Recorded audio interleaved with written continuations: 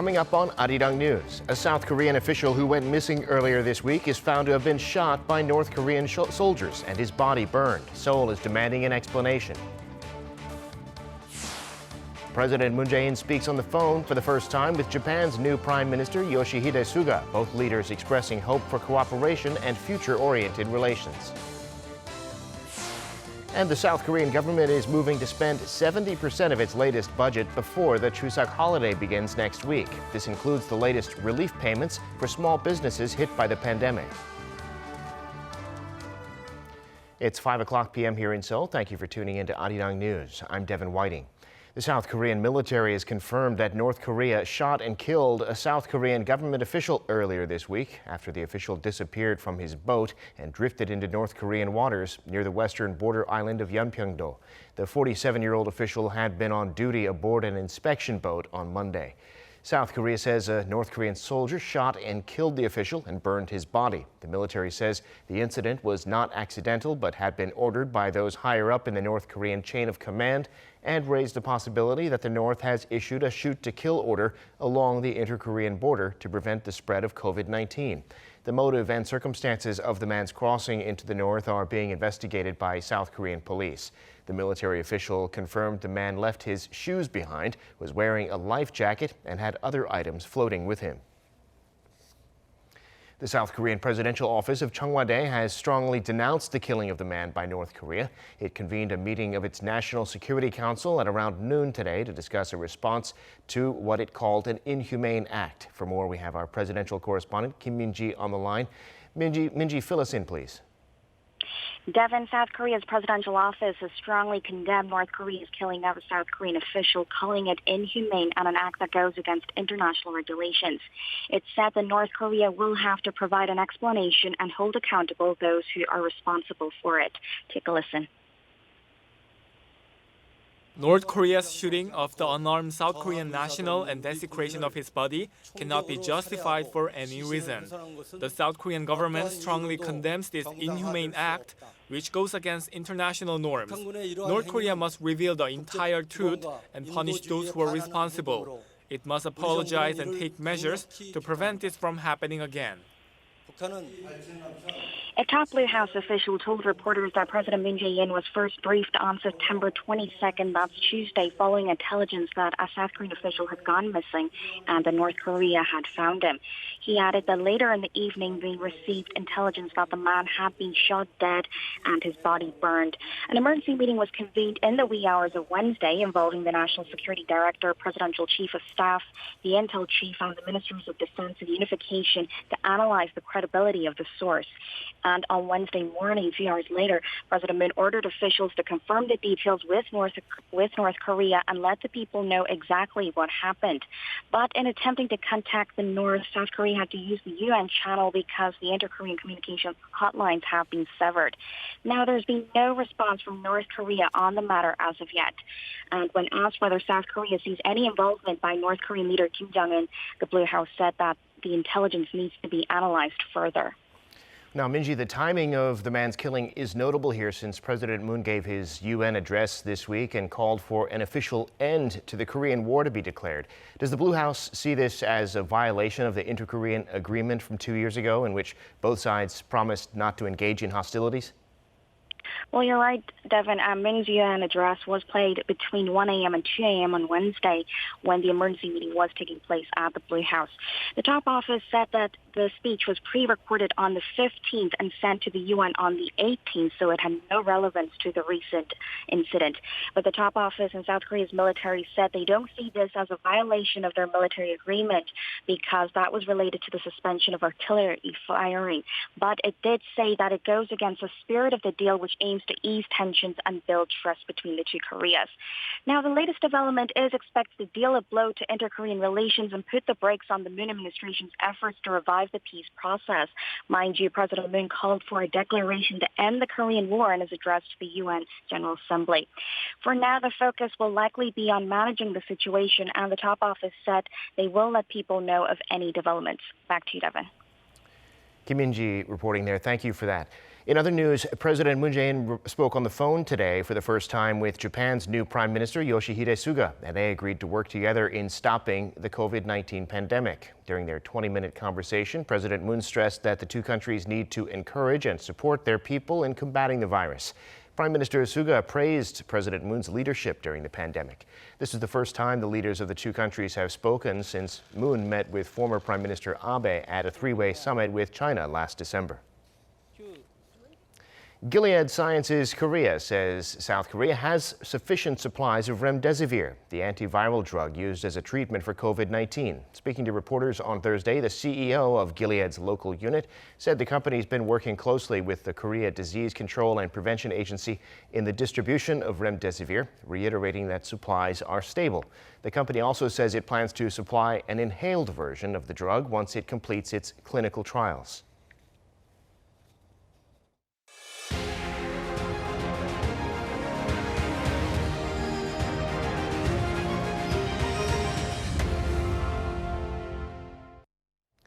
South Korea's ruling Democratic Party, the government, and the presidential office are calling for the latest round of relief money approved yesterday in this year's fourth supplementary budget to be paid out quickly. They want everything to be tied up before the Chuseok holiday, which starts next Wednesday. Prime Minister Chuseok said Thursday that around 70% of the more than $6.6 billion budget will be spent before then. The people getting this round of support include small business owners, the recently unemployed, and working parents who need to pay for childcare because their kids haven't been able to go to school.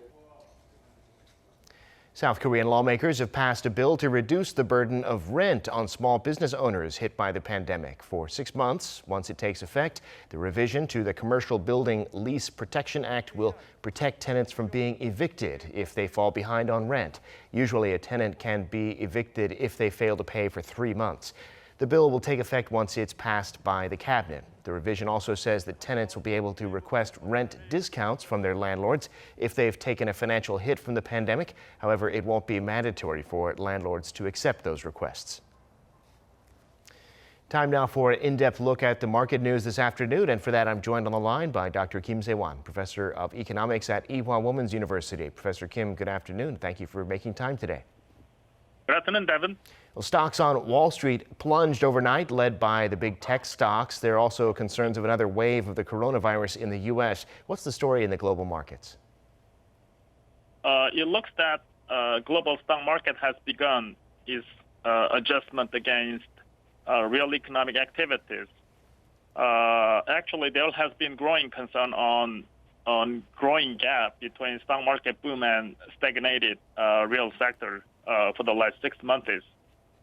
But due to resurgence of coronavirus and disappointment on high-tech stocks like Tesla, U.S. market plummeted in yesterday's market. Dow Jones Industrial and Nasdaq dropped by 1.9% and 3% respectively. But European markets over London, Paris, and Frankfurt had positive returns generated from high expectations on governments and central banks, fiscal and monetary policy stimulus. And Korean stocks closing sharply lower today, too. The KOSDAQ in particular down more than 3%. Tell us about the local markets. Along with U.S. market, there was a huge drop in domestic market today. KOSPI had a negative 2.6%, and KOSDAQ had negative 4.3% on daily basis. Since negative daily returns continues from last week, it could be a preliminary sign of structural downward adjustment. Now, we have the government's fourth extra budget of the year passed by the National Assembly. So from today, there'll be more relief payments to people affected by COVID-19. What do you think will come out of these measures? The fourth supplementary budget, which comes with 7.8 trillion won, provides diverse emergency cash supports on hardest hit families and businesses. Particularly, as we heard from previous report, government says 5 trillion won will be paid before Chuseok holidays to dampen COVID shock to the economy.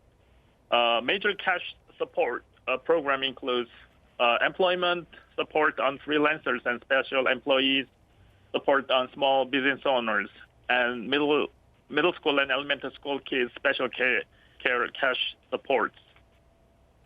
Well, now this is just the latest in the massive deficit spending by the government in the pandemic.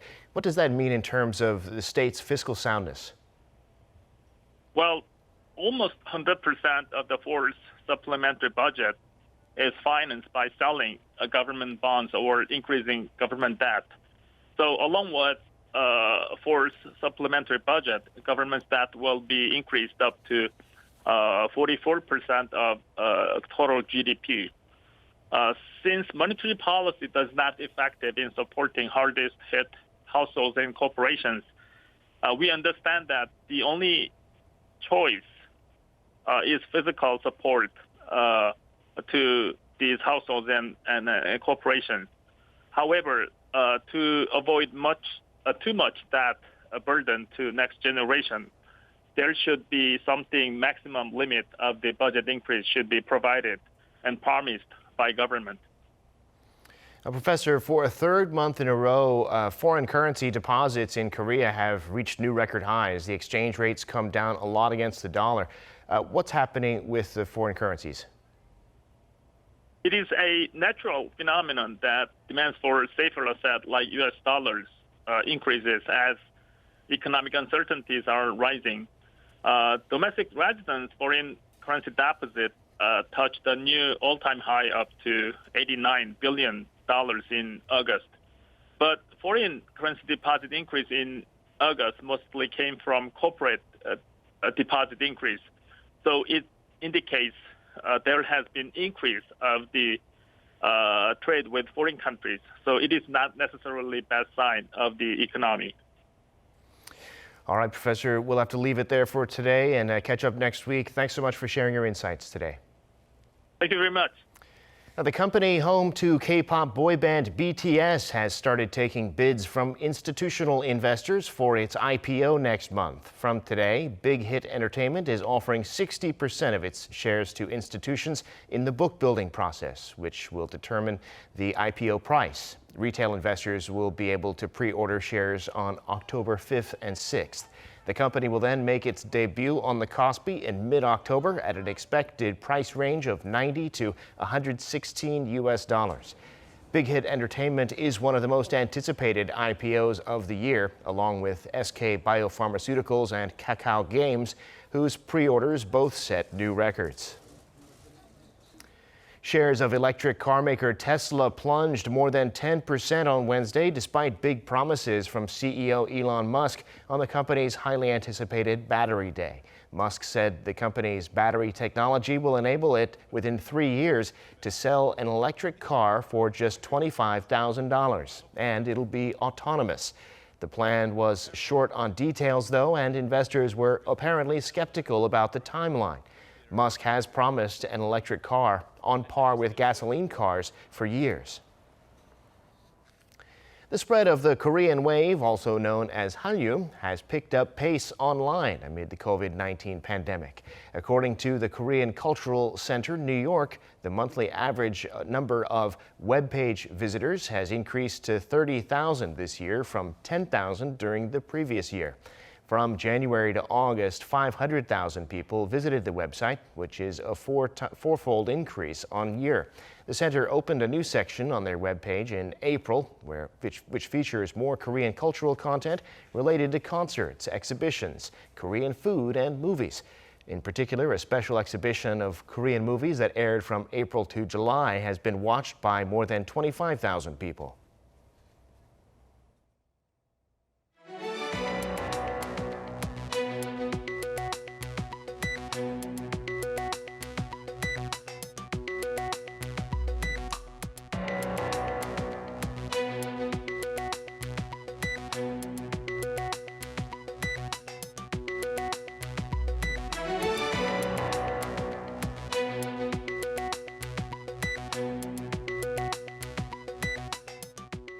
And that brings us to the end of this newscast. Thank you for watching. More live news coming your way at 7 p.m. Korea time.